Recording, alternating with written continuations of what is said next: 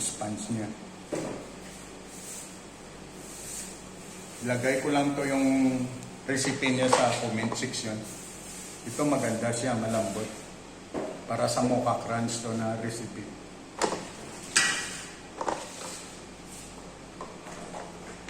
Bali,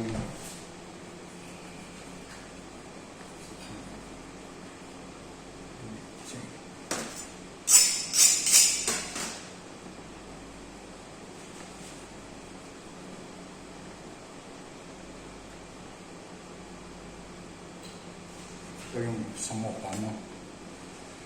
Mocha crunch. Tatloin natin.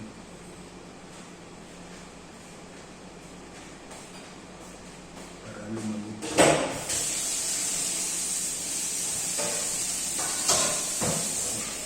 Makurol yung ano natin. Slicer eh. Ito maganda yung ano niya. Malambot, moist. Ito yung gagamitin sa mocha. Ang ganda ng texture. Hindi yung katulad nung una natin. Ito iba.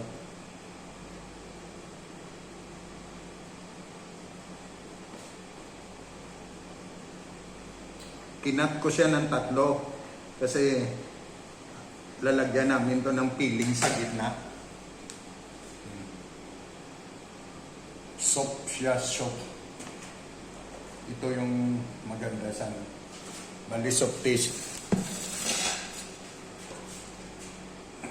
Dito natin siya. Palamigin muna namin to kasi medyo mainit.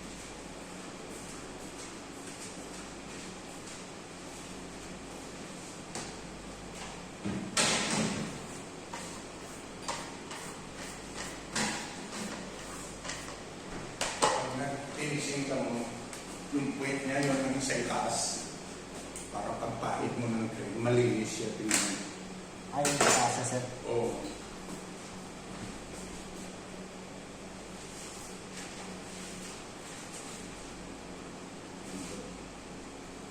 Ito yung sa mocha sponge.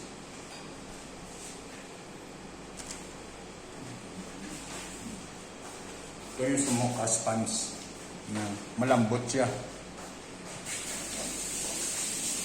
Ito pwede mo to ang recipe ilagay ko lang sa link sa comment section. Pwede mo to pang negosyo sa atin.